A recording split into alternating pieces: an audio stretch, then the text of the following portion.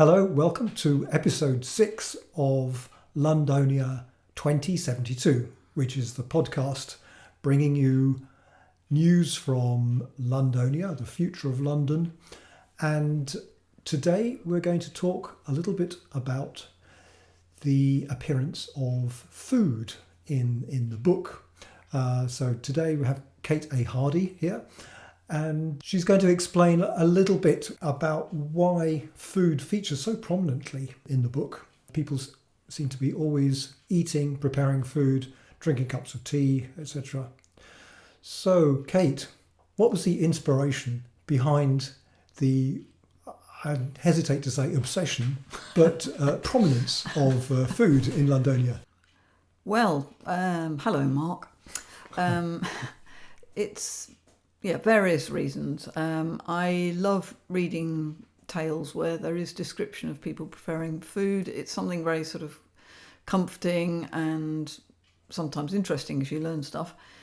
But it's also it's like drinking tea with friends. It just, when you mention it, it makes you think of that. It's sort of cozy and intimate and lovely. So there's a lot of tea making and coffee making. And there's a lot of food, because I'm fascinated by food in its natural state. I'm very interested in food being gathered, food being procured by sort of raiding orchards and such like. It's interesting because when we think of dystopian fiction in the future, your idea of food in the book is very different to how we imagine or how often food is portrayed in a dystopian future world as being where the biosphere has largely collapsed and technology has taken over. But it's almost like the opposite in Londonia. We've kind of stripped away a lot of the technological advantages and gone back to basics. That's very true. Yeah, there's another element which I think is quite important in books which are extremely black dystopian. A lot of feature of food seems to be raiding old supermarkets that have, obviously closed and scavenging for bits, which is possibly true, but I like to sort of think of it as being a more communal possibility with people growing, finding, making what they can and sharing.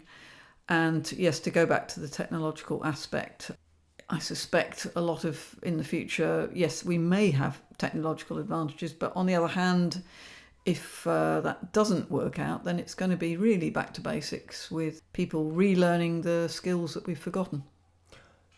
There's an interesting parallel with movements like guerrilla gardening, which goes on in cities now, either through poverty or reclaiming of wasteland to grow food, to grow basically organic food rather than sort of highly industrialised sort of farming. Yeah, it's true. And also for the pleasure of seeing flowers and wildlife. I think a lot of these movements are about that as well. It's to sort of peel away some of the aspects of concrete inner city. And I know from myself, when I go to somewhere like Paris, I very much appreciate where they've started putting more trees in and greenery, because it just makes you feel calmer and there's a little bit of wildlife going on. And I think in Londonia I tried to portray that very much as people relearning and reappreciating that they are part of nature, and we lose a lot by covering everything in glass and concrete. So what are some of the main dishes that are served in Londonia? Well, there's a sort of bit of a nod to an Eton mess, which is called glory pie, which is basically any sort of found fruit with cream if you've got it or if you can make it. And that actually, I know where that comes from, because when I was very little, we lived in Muswell Hill, and we'd go and forage in Camden town after the markets had shut in, what was that street called? Inverness Street. Inverness Street. My mother and me would go down there with bags, and she would teach me to scavenge, which at the time I just thought, wow, it's like exciting, and I love it, and I still do. If we go to a market in Paris or somewhere and there's boxes of stuff left over, we'll take stuff. And I think thank you, Mum, you did a good job there. And she was always sort of on the lookout for bargains, because she really had really little amounts of money. So we'd eat things like scrag end of lamb stew or heart stew, things that people didn't really know about even. And at the time I might have thought, is that it? But now I really appreciate that, a good stew can keep on going for several days and it costs virtually nothing. Two of the sort of rather novel recipes that I come across in Londonia. One is mixy beast pie, and another one is streepeeza. Oh yes, mixy beast pie it's a bit like a sort of shepherd's pie, but we're not going to get too hung up on whether you can find any lamb or a shepherd or whatever's in them, but just any sort of safe to eat bits of meat and with any bits of vegetable really, and a crumbly top with preferably some cheese on it. And the other streepeeza is a sort of, well, it's where we are now really. It's a lot of food which is not really food. There's a lot of not just additives, but in this case they're people cutting flour with God knows what and making it into round things with food and non-food on it, and a lot of people having to survive on that because they don't have an option. But hopefully during the book a lot of these people learn that in a communal way there is other ways, other possibilities of growing and eating food. Sounds very much like the pizzas that you can buy in supermarkets now. Some of them are okay, but some of them really are not. Yeah, No. yeah. Okay, well, thank you. And we're going to now listen to the whole of chapter 4. Yes, we just had to mention in chapter 4, it's largely about auction room, which is in Londonia is called a shouting house. And my mother, again, used to take me off to jumble sales and auction rooms, and I absolutely love auction rooms. So there's a big nod in there to her as well, thanking her for her education.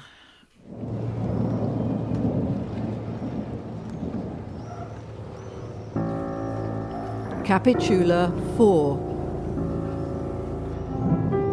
So I did take a day off too, after an early morn futile trip to a furniture place a find a friend had recommended. Throwing the problem aside on my return, I'd planted marigolds, mended clothing and thought about what had nearly happened the darking before. Perhaps it wasn't all bad. Sometimes living in this place, you need a kick just to remember, regroup your wits, not get too complacent. The Whitechapel pigeon station fizzes with activity this morning as an argument rages between two men. A lanky Frenchman in a long leather coat is shouting at a Russian mech, who I recognise as a troublemaker. He's winding the Gallic guy up, their few common words becoming louder. "Putain fucker! You have taken this sack of mine!" "I have taken no bag, believe, my friend."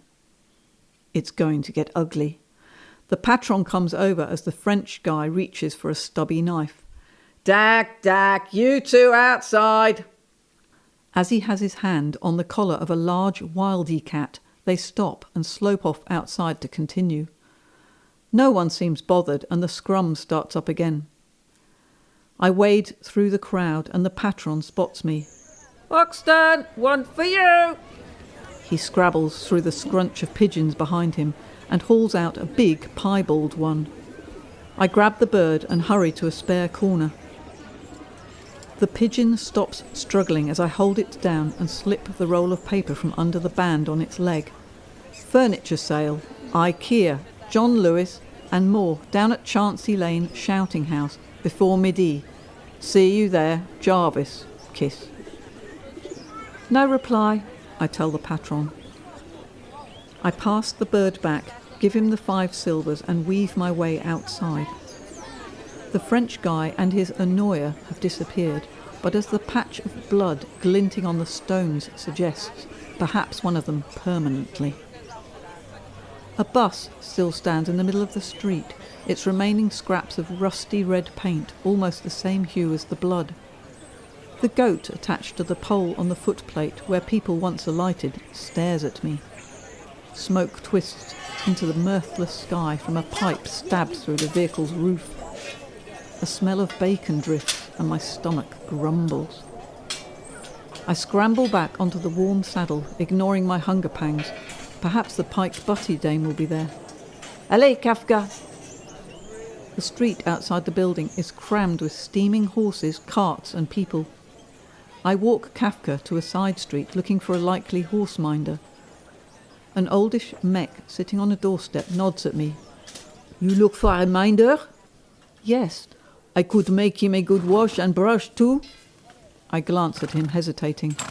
Ça va, I used to work with them in La Bretagne, he continues, waving a hand in the direction of France. Trade or silvers? You are a finder? I am. Could you get me a book? I think of my valuable stock in the church and hesitate. Possibly. Of? Mon pays, my country, tu sais, it I miss. I have the perfect tome. Photographs of Brittany. I weigh up the trade value as I get off the horse. I could be a long time. But this is a rare book. The mech regards me with a sad smile. Pas possible? I have searched a long time for such a thing. I mentally remove the edition from my shelves and hold out a hand. Actually, it is possible. Deal? He nods with a smile. We shake hands and I pass him my card, telling him to call round one darking. As he leads Kafka into a yard, I feel a momentary angst. Kafka, cut up and sold. But my instinct steps in. This mech is trustworthy. Walking up the street back to the shouting house, I pass the rusting metal railings of the old tube station and peer down into the yawning mouth of the stairway. It's the same as all of them, blocked by an impenetrable metal door, half covered by a drift of sludgy leaves and rubbish. My thoughts of what might be behind it are interrupted by a clanging bell. I turn and walk swiftly on to hear the news from the street caller of this canton. A diminutive, red-clad dame sat astride, judging by the pale stripes, a horse-zebra cross. The dame's size does not represent her voice. The buzzing crowd falls silent at her ringing words. Hear this! Hear this! Dwellers of Chauncey Lane and Farringdown Cartier, the new school establishment at Smithfield will be opening its doors on Monday. Acceptance of gosses requires at least one book on any subject from before the untime and a pencil. Oral history from the beginning of the cycles will also be taught, as well as classes in basic paper making and plant-based inks. Volunteer teachers required, especially in English, French, Polish and Hindu. Payment in food, type not specified. And hear this. Do not partake of any streepeeza from a trader calling himself Ned.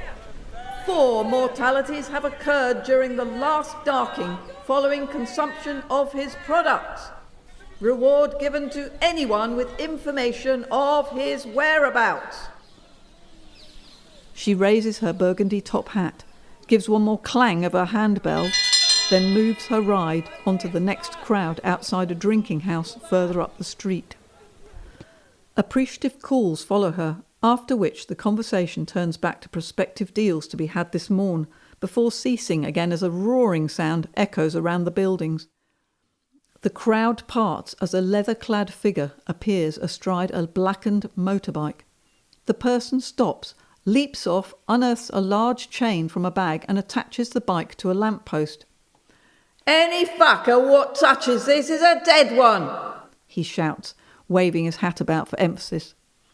The audience go back about their business, except for a few gosses who stand gawping, eyes round as marbles. Then I recognise the Homburg. "Jarvis!" I run over to the machine and its grinning owner. "Where and how?" The grin stretches even wider. "Ain't it bleeding great? Had it for ages in a shed. Parrot found some fuel in a warehouse yesterday. I like the goggles and leather stuff. Aviator World War II, trading for a bottle of scotch." "Where have you been?" "Hepping Forest." His eyes glaze over a little and his voice drops to a murmur. "Roast chicken, good wine and fucking in the woods, all surrounded by birds and trees and that." "Sounds good," I say, thinking of wild stretches of country, no buildings and no people. "So where next?" "Nowhere," he smiles sadly. Till we next find any fuel. Got enough to get home, I reckon. Just wanted to show you the gleaming monster before it gets restashed. The usual smile surfaces again, and he puts an arm around my shoulders. Dak, let's get in there. See if fate's going to sort you out, kitten.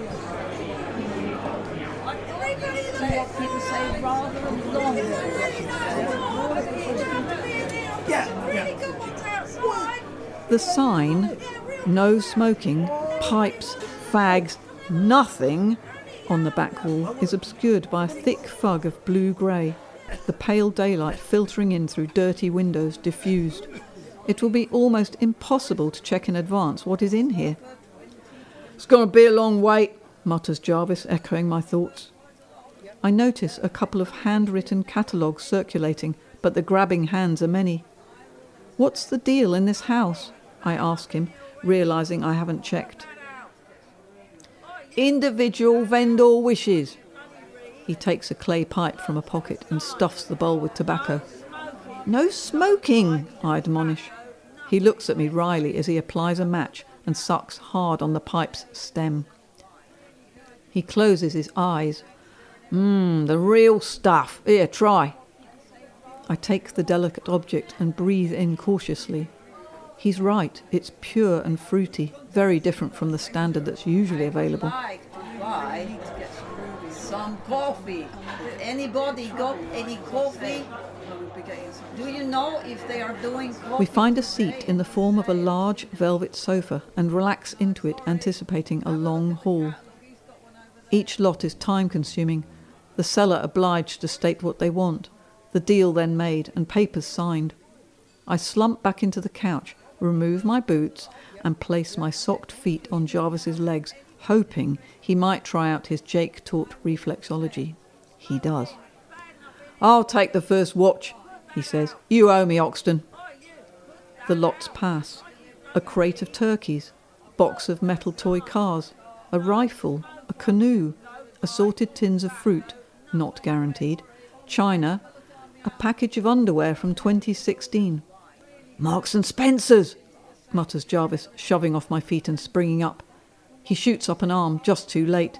Murder, could have used that. I didn't know Parrot was so inclined, I remark sleepily as he sits down again. Cheeky wench. Nah, it's for my Knoll slate in the awesome bucket. Landane would have gone for that. I stretch my feet out again hopefully. Just a bit more, it's so good. He grins. 10 more lots, then it's my turn. Boris Johnson, circa 2022. I'm almost asleep when the words John Lewis filter into my mind.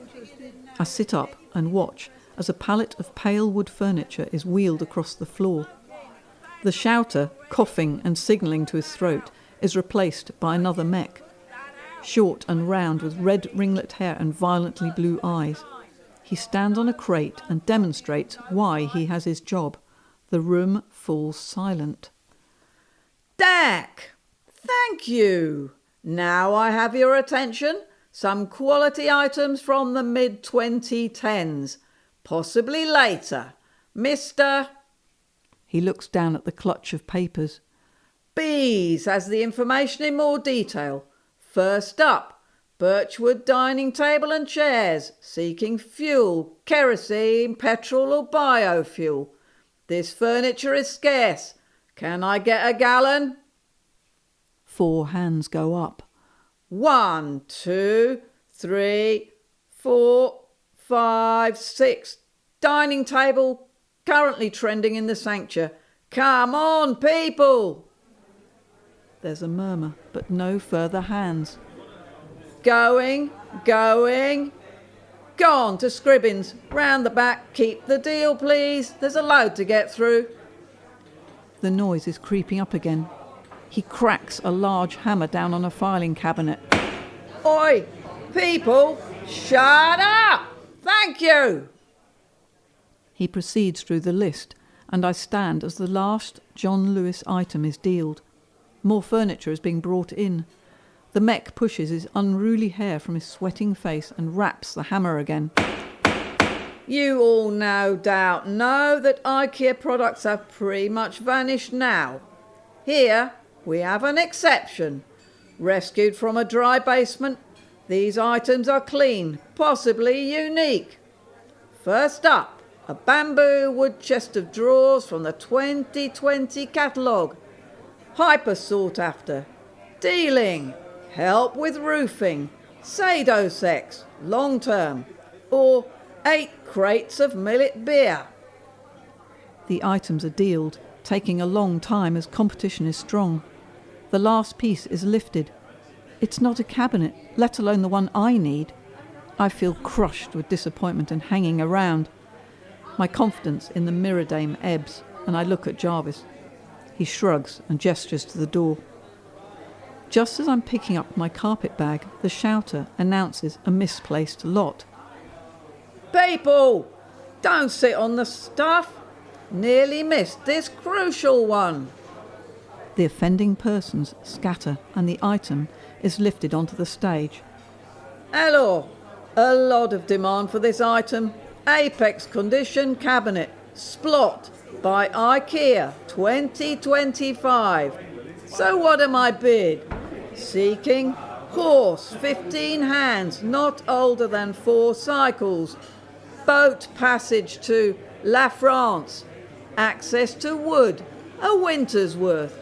Class motorbike, good working condition. What would my life be without Kafka? I stand, body frozen as I weigh up ridiculous possibilities.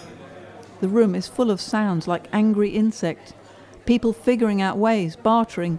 This item seems to have caused more excitement than anything else yet. It's going to go. The piece of my life jigsaw will be lost. My hand is slowly rising. Then there's a yelp next to me. Oi, shouter, here!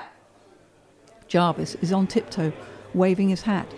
Motorbike, old but apex nick, Harley. The shouter takes the nod from the cellar and thumps the metal. Gone to Anderton Wolf. I stare at Jarvis. He looks oddly happy. Why? I eject. He hugs me. Couldn't let you trade Kafka, could I? Any lane, keeping that thing running? Nah. I don't know what to say. Stay here, just going to check it's still there. He scoots through the crowd and I stand for a moment listening to the shouter announcing the next lots. Art! There's a collective shrug in the room and people start leaving, the tradable stuff gone. Dak, let's run through this quickly. From the 2000s, Damien Hirst. 2 circular paintings, dealing 10 bottles, good quality red wine. Silence. 8, 7. More people are leaving. 6, 5. Sam, put these back in the Friday flea sale. Dak, next. Tracy Emin's bed. Piece from 1995. Seeking 6 sacks of flour. Anyone? Not a bad mattress. Disgusting old thing, scowls a wrinkly Jamaican dame standing next to me. Could sell mine, look no different. Jarvis is back. He pulls me over to the stage. Come on, let's get this dealed. Bike's fine. We meet the seller, a stringy Scots mech, his freckled face rosy with excitement. Jarvis passes a last loving gaze over the machine, then turns to the mech with a question. It's a thing of beauty, no doubt, but what are you going to do with it, fuel-wise, if you don't mind me asking? The mech taps his nose with a skinny forefinger. Ah, that be telling. But just to say I have certain contacts within the egg. Enjoy your deal. We carry the cabinet out of the building where the street is busy with bods loading carts and talking over the sold items. I glance over the crowds looking for familiar transport faces. I think you might be looking for me. I turn to see a turbaned young mech, his yellow and gold garments matching the tasselled cart that stands behind him. I assume this item is destined for the sanctuary, he continues. I take in the colourful sight before me. You have rights to delivery in there. Indeed, madame. For the correct exchange, of course. I imagine the extra excitement caused at the Caruso establishment by this exotic personage turning up with my superfind. What would be your fee to go to Sanctuary Central? Toothbrushes and medical items, including painkillers, he says decidedly. Well, we have a deal then, as I will be receiving several boxes of such things from my client. Will you trust me to get one to you after the delivery? Jarvis, who's been listening to this exchange, helps to clinch the deal. You did stuff for the law, didn't you? The mech nods. A highly respected finder. Yeah, he was, but he ain't no more. He's dead, and Oxton here is his replacement. Equally, if not more respected. In that case, Madam Hoxton, you can count on me, and I will wait for the box with pleasure. We exchange addresses, and I instruct him further. Mrs. Caruso will be there, or if she isn't, the minion Gubbins will be. Tell her I will be over this aft or on the morrow. We load up the cabinet, and he carefully covers it with blankets, strapping it down to protect against the jarring motion of the cart as it rolls over the inevitable potholes. I watch the golden cart trundle off, and then with a start remember Kafka. Jarvis, the horse! We run around the corner to the side street. No Kafka, no old mech. Pute! Jarvis pulls at my arm and points down another street. Cut back on the frenzy, H. There he is. Oh, thank God. I run over to the mech as he dismounts. Désolé, monsieur, it was a long sail. It is not a problème. I enjoyed our walk, and see, he shines like a chestnut now. I thank him effusively and tell him to call round for his book and a bottle of wine. He smiles and strokes Kafka's mane. Oui, avec plaisir, mademoiselle. And I will be here if you need encore de horse gardage. So you going to the egg now? Asks Jarvis as the mech strolls off. After I've got us something to eat. Eel sandwich and a glass of red at Freddie and Ness's barge. You can ride too, it's only a short way.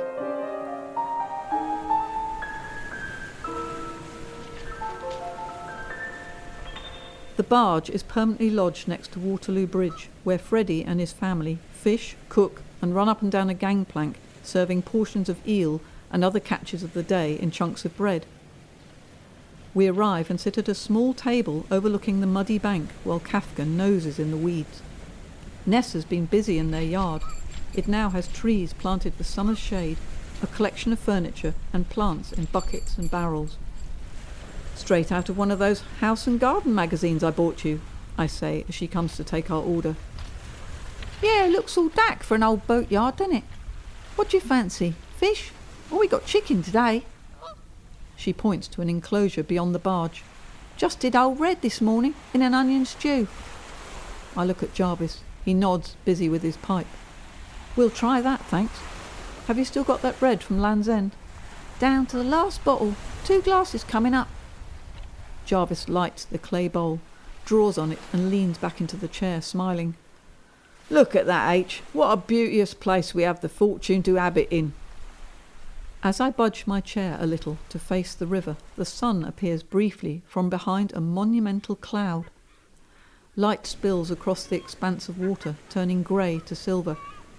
Scatterings of gulls follow the silhouettes of fishing boats, bright splashes interrupting the placid surface as the birds plummet to lance fish.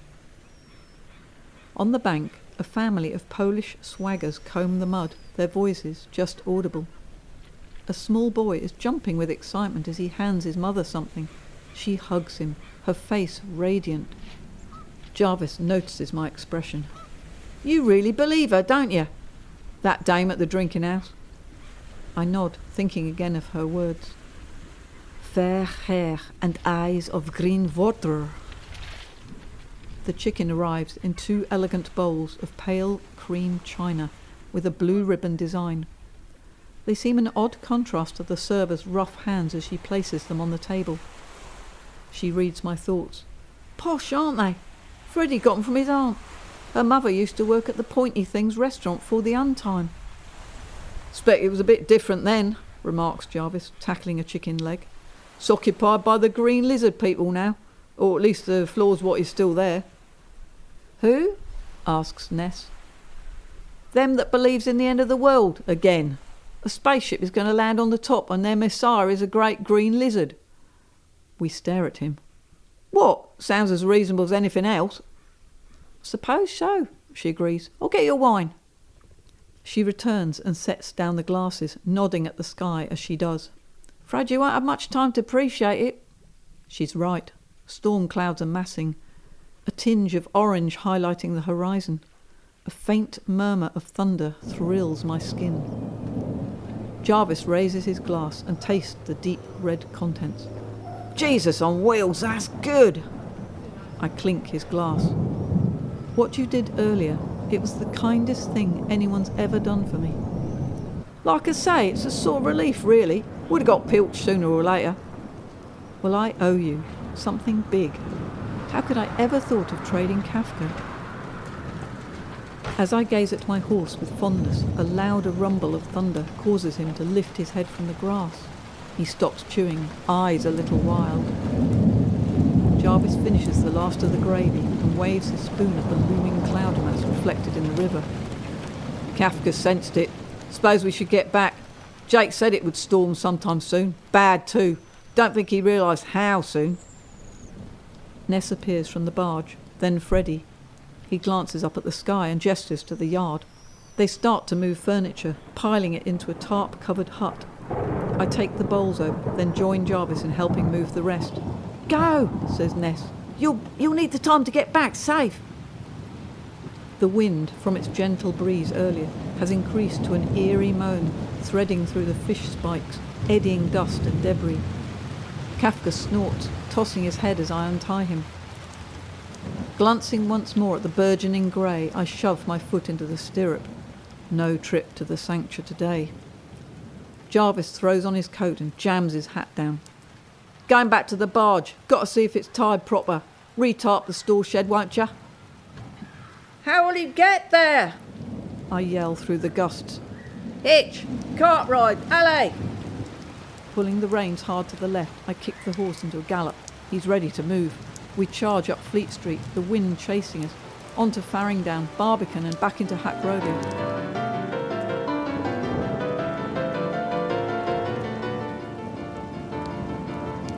All around, bods are rounding up gosses and animals, flinging shutters across windows and retreating into whatever shelter they have. By the time I reach my patch, the streets are empty, just rubbish and uprooted plants twirling and dancing. I can hardly stand as I dismount to unlock the gate. The leaning lamppost across the road groans, buckles and collapses. A burst of old tarmacadam giving way with it. Heavier debris is now winging down the street. A slice of wood hits me on the shoulder. Louder! The gate lock jams. I rattle it furiously, try again, and it clicks open. The gates swing and grind. Kafka rears up, scared by the noise. I slap his rump and he jumps, follows me, ears down, up the steps and into the silence of the church. The dogs leap, breaking the quiet with their barks. Later! I command. Heaving the saddle off, I brush Kafka hurriedly, give him water and scoot into the garden.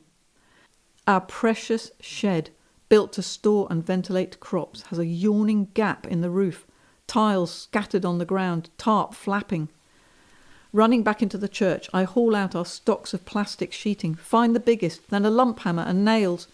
Hail has started on my return, giant bullets of white zinging off the stonework, flattening plants. I throw the ladder against the shed, shimmy up and hurl the plastic onto the roof.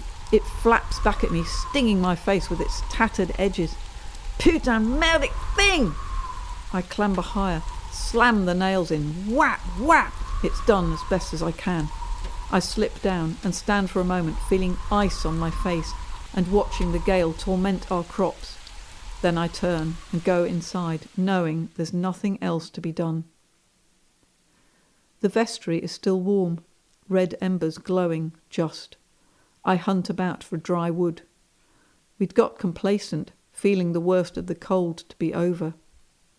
I break a couple of wormed chairs and feed the fire, putting my deadened hands toward the flames.